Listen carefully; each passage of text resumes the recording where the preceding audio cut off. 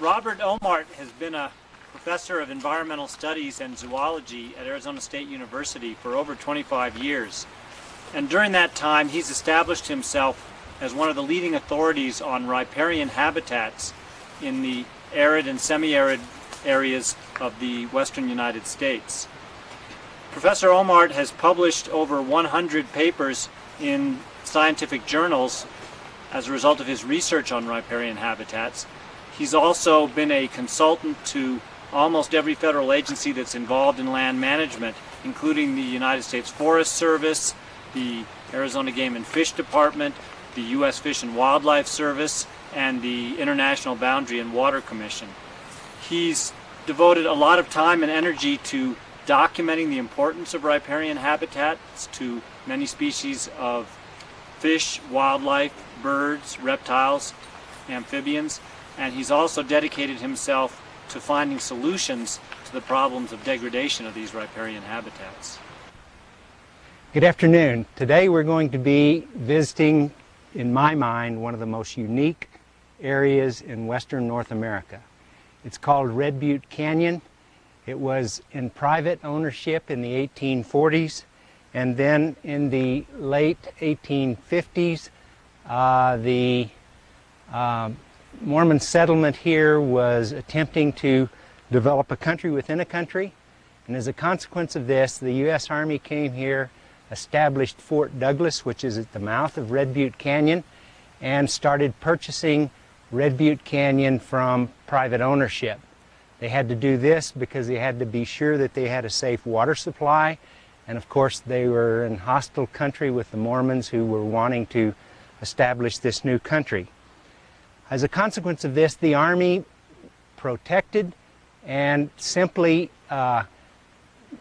conserved, if you would, this resource until about 1980 some odd, when it was decided that Fort Douglas would be disbanded.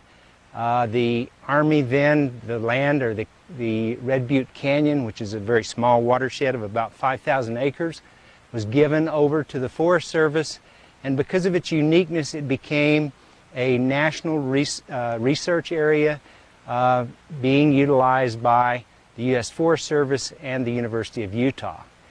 It's unique in the fact that it's not had any human perturbation since around 1850, 1855.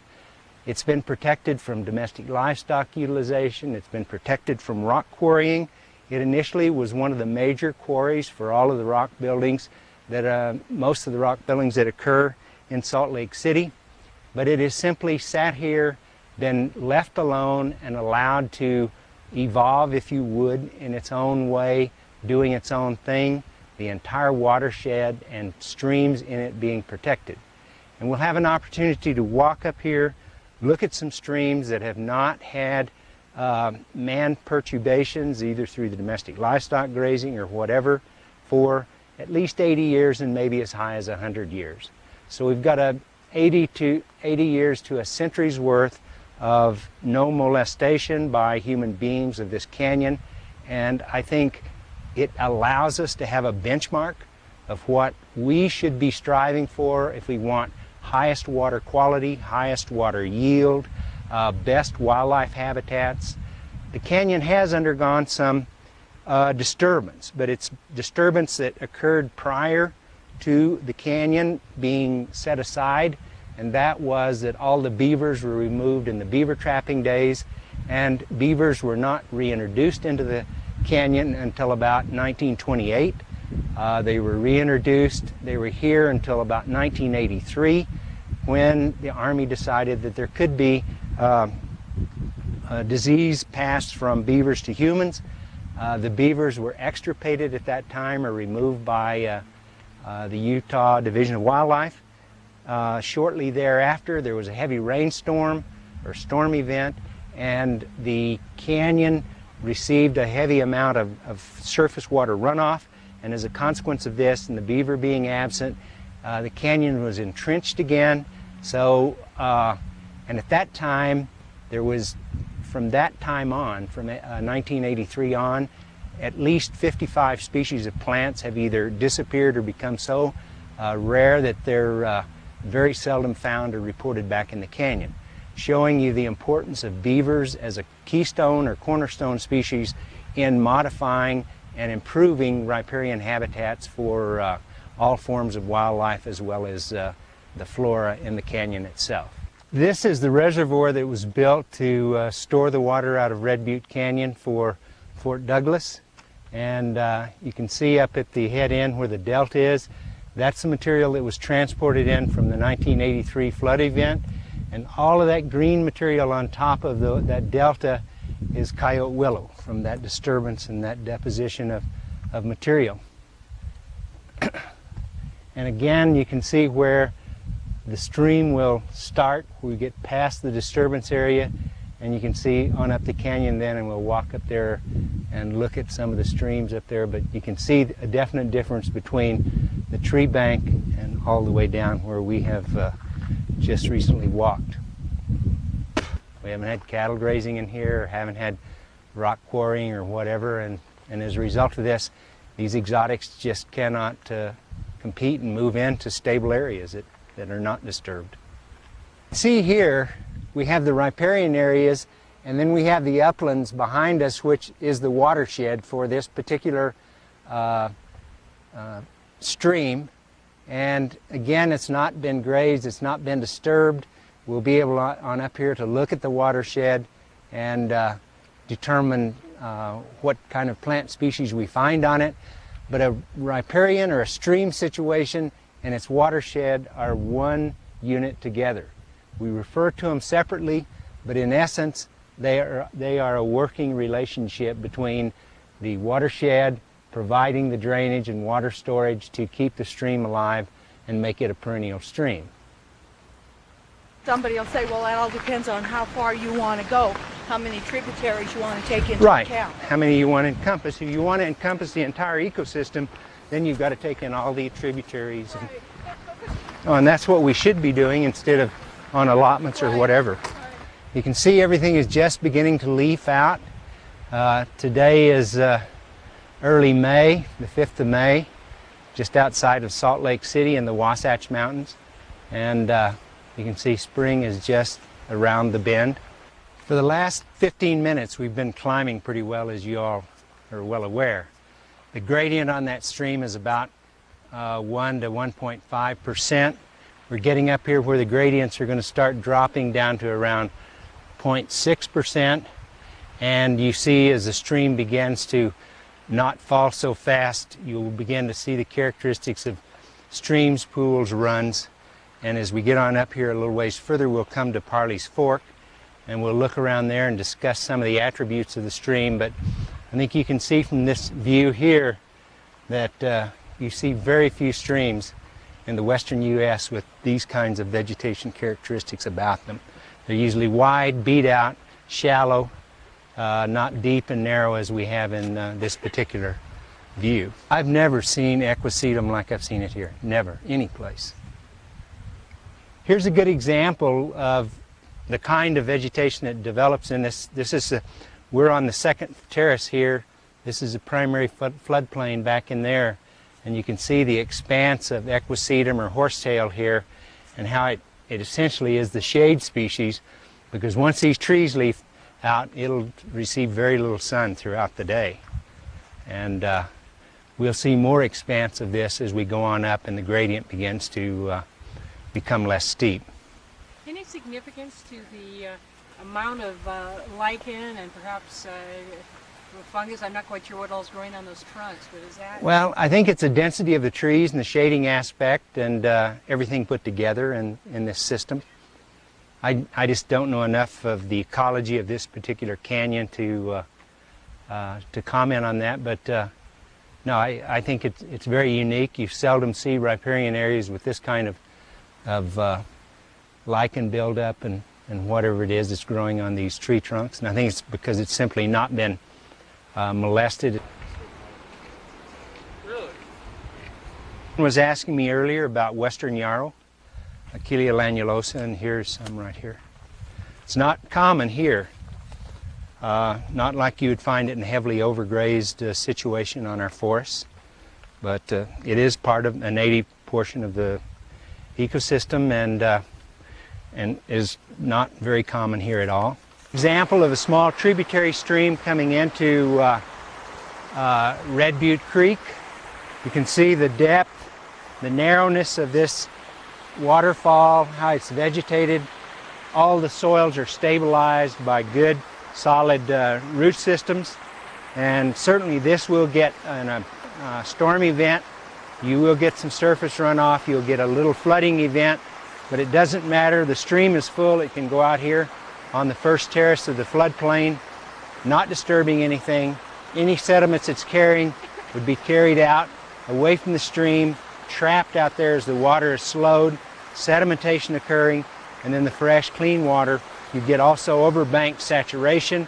The remaining water brought back to the stream channel as the flood event subsides, and then that stored overbank water would slowly work its way back to the stream, making it perennial and keeping it its mean base flow higher. Whereas if this was all grazed out of here, the water would simply come out there, erode, carry that sediment back to the stream, and you would have a compounding factor. But you can see that there's very little sunlight is going to hit this herbaceous, the soil, alluvial soils that we're standing on here because of the high amount of herbaceous ground cover. The height of it, it's all flexible enough so that if it's a big event, it simply just lies over, protecting the soil beneath it, and then raises back up, combing out those sediments as the water comes back to the stream channel itself. I mean, this is a stream in proper functioning condition without one doubt in anyone's mind. You can see even with snow melt, our turbidity is very low. You can see the little hiding places for the native trout.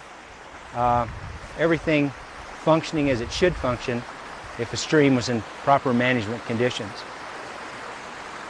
Talk to us a little about, frequently you'll hear a public land manager talking about, well, we still have an overstory and we've got roots from the trees holding the stream banks so our channel stability is okay. What role does this understory of herbaceous vegetation play in channel stability? The question deals with the stability of the soils from the herbaceous ground cover and the combination from the woody roots of the trees and shrubs adjacent to the stream. You can see here that there's a tremendous amount of herbaceous ground cover, woody understory, overstory as well, all firmly anchoring these alluvial soils and capturing more. If this area was grazed, you might not have the shading of the stream as you would have. You would certainly not have these young shrubs that are low enough to be consumed by domestic livestock. You simply would not have the soil stability that you have in a situation that we have here. And this stream, I can assure you, will be shaded from 11 o'clock in the morning, probably close to 100% through 4 o'clock in the afternoon. So the water temperature is going to be colder, but because of the shade, they're going to be colder because the stream is deep and narrow, and as a consequence of this, you're going to have high quality water for trout, which are a water quality specialist. And what else benefits from the lower water temperatures? Everything benefits because all of these are cold water adapted species, and the higher the oxygen level is, the colder the water is, the higher the oxygen water level is, and as a consequence of this, respiration, the metabolic rates are all running at the rate they should be, whereas if this was warmer water, it would carry less oxygen because the molecules would be moving around fast, and as a consequence of that, you would have warm water species adapted to the system as opposed to cold water species. So when you start overgrazing an area, allowing more insulation or sun to strike the water, you heat the water is wider and shallower, and so your water temperatures simply go out of sight for trout or other cold water species.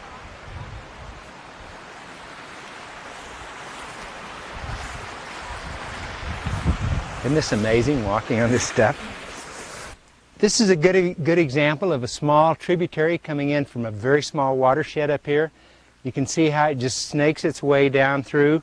You can see the down and dead material, but rapidly being decomposed, being turned back into humus by the high moisture level. And it also acts as a shade to keep the ground from heating up, as a litter to keep the moisture in there and keep the soil moisture levels high. But were this grazed by domestic livestock, this would be a beat out muck of a mess. And you can see what it looks like without that that element involved here.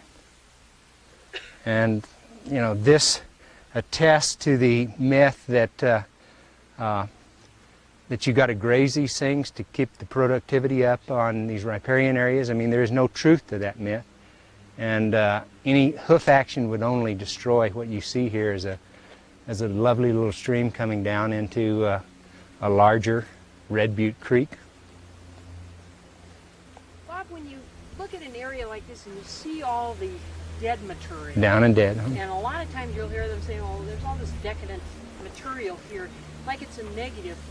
What does the breakdown of this stuff do for the ecosystem, where if it was eaten and not there? Well, it's doing a number of things. One is it's shading the soil, preventing it from heating up. Two, it's acting as a boundary layer, disallowing the moisture to evaporate and go back into a low relative humidity environment. And three, this is stuff from last year's growth. You don't see accumulations of 2 or 3 years here. This material is being decomposed within the next growing season. So you've got rapid decomposition. You've got a lot of detritivores, small organisms that's working on decomposing this down and dead litter. And so it's a very productive, very active site, and even in early spring like right now, it's just starting to decompose a little. By the end of summer, I doubt you'll be able to find much, if any, dead litter material in here. It will have all been consumed and reabsorbed, and the nutrients redispersed back into the soil. Most of our desert soils and streams like this are very nitrogen deficient. This, I bet if you took nitrogen samples here, you'd find a very high nitrogen production level for regrowth of all this grass the minute it starts warming up and becomes favorable for the growing season for it. Yeah, so it's interesting. Some people are seeing the decadent material in a grassy area as a negative. Right. And in a sense, one can look at it as a positive. It's very positive. It's soil protection. When you have rainfall, the energy of the raindrops is dispersed when they hit that litter material instead of going down and disrupting the soils that are there. So it's a very positive thing. There's nothing negative about having dead material lying on the ground. And a lot of times they'll say, it's going to shade the plant. In the long run, it's going to be a negative for the plant to have Correct. The previous season's growth around. But you can see the fallacy of that. These grasses are coming back rebounding very nicely. They're not being shaded out simply because it wasn't grazed off last year and denuded. They're coming right back and thick. And no, that litter, that's why grasses have a sharp monocot for piercing and coming through things. So, we've been fed a lot of myths, and I think we have to debunk those myths, and this is a nice place to show that, they really are not correct. But this is a riparian area too, so you'd expect a much higher rate of decomposition. I mean, I can feel the soggy soils as I stand here on them. How the stream is and how high the water got to get up here and carry this litter material. wash this down and carry some up higher. But this is an excellent example of how your soils are protected. There's mineral soil down there. We've got about 2 inches of litter material. It's wet, high in organic material. When the floodwaters came, it couldn't even get near that soil, mineral soil, to erode it away. As a consequence of this, all of this that we're standing on is saturated soils, and that water will slowly work its way back to the stream, and it's been absorbed and being stored up here, if you would. But it's providing, and you can see how this is really shading and disallowing the rapid evaporation of the soil moisture. So the plants and everything, bacteria, everything has a perfect medium here for decomposing material. You've got a little warming up here, so you've got a perfect little, if you would, greenhouse right down there, just operating and producing nutrients that will be used by these plants as they begin to green up and start responding to the spring. So this is the type of system which will elevate the water tables. Sure, and maintain the mean base flow of that stream in the driest period, which is probably going to be late June. And this water will be given back to the stream, keeping your mean base flow higher. And also this water is brought out here. It was high in sediments. It's now going back as clean, fresh water too, after being filtered through the soils, all the nutrients and everything taken out of it. So you're getting some of the best quality water returning to that stream that you can possibly find on Earth. Yeah, this is lovely. I mean, this is exactly what the herbaceous ground cover is all about, and why you don't want to get rid of it. You can't afford, I don't like 4-inch stubble heights, but if the fisheries people are happy with it, I'll accept it. I'd prefer a 6-inch stubble height. But, you know, I don't think every blade of grass has to be tied up in a cow pie to be valuable. And this exemplifies that perfectly. This is an interesting riffle area here that I wanted to show you. Notice that even if it's a riffle area, it's still contained on either side by vegetated material. And you can see that the exchange of oxygen and in the water. It's moving quite rapidly. It's not wide and shallow. You know, for riffles that I see on public lands, none of them compare to something like this. It's still being forced in deeper and narrower than what most riffle situations you would see. And in this here, it just appears that bank full is right up here at the floodplain. What does that mean? That means that when the flood event comes, all of the excess material goes over on the primary floodplain. You don't have any place for erosion to occur, and the erosive nature of the water moves up here. It's slowed down by this high resistance to flow of the shrubs and everything that's on the floodplain. So you get your water cleaned and it goes, saturates these soils, and then as the event dissipates or goes down, then it goes back in the channel and you've not destroyed or eroded away the channel. You can see the material, we've had some kind of flood event here. You can see how the material has been swept down and washed down, and the horsetail and other species are coming right up through it. That'll be incorporated in there. It provides a litter, again insulating the soil and trapping the moisture in there and not allowing it to evaporate quickly, so it can be used by both bacteria for decomposition and plants for growth. One thing that's very impressive about the watersheds on Red Butte Canyon is that as you walk along and look at them, you do not see those big exposed open areas of bare soil which are ripe for erosion in a storm event. Everything is covered up there. It's protected. The soil that's up there is stabilizing, being held there, and not being washed down into the stream itself. And that's one of the very impressive things that, to me, as I walk up this road and look at the watersheds, is the lack of exposed soils ripe for erosive action by rainstorms or whatever. But you can see from the material that's deposited here the new growth coming through it. You've got a good layer of organic material covering your native soil or mineral soil. The soils are dark black with rich and organic material. Perfect growing medium for all of the plants that you see here. These are ones that's coming in early, taking advantage of the absence of leaves on the trees. They'll probably come in and go out, and there'll be some other ground cover in here following them, or maybe some of these are very shade tolerant. You can see that even under a heavily or dense forested area like this with high shade, you still have your herbaceous ground cover, which is going to cover and protect these soils should there be a flood event. Also keeping moisture in the ground by shading from the sun, and just creating a very rich medium for plant growth and plant productivity. Again, we have another panoramic view of the watershed of Red Butte Canyon, and you can see here that you have a little exposed material, but it's rock material. It's where bedrock is right at the soil surface, or you have a little bit of very shallow soils over there. But in general, there is very little bare soil open for erosion in heavy storm events.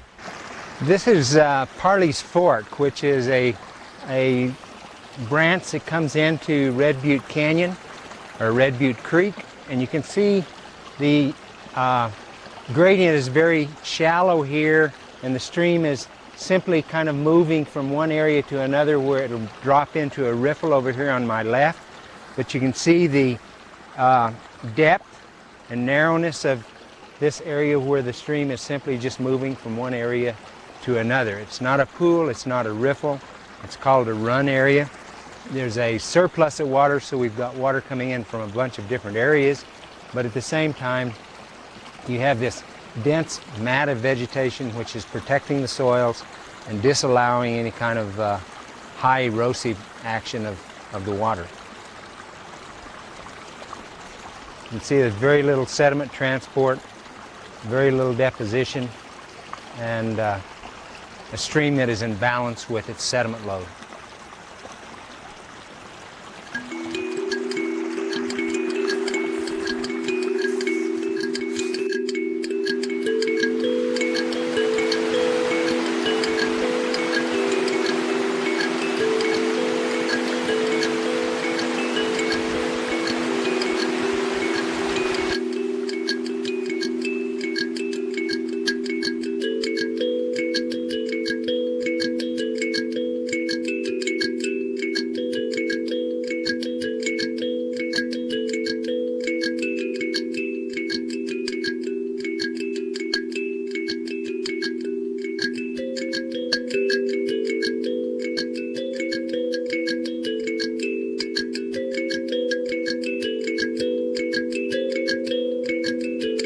Thanks to Dr. Robert Omart and the Wasatch Cache National Forest for sharing the magic of Red Butte Canyon. This has been a Range Watch Grassroots video production.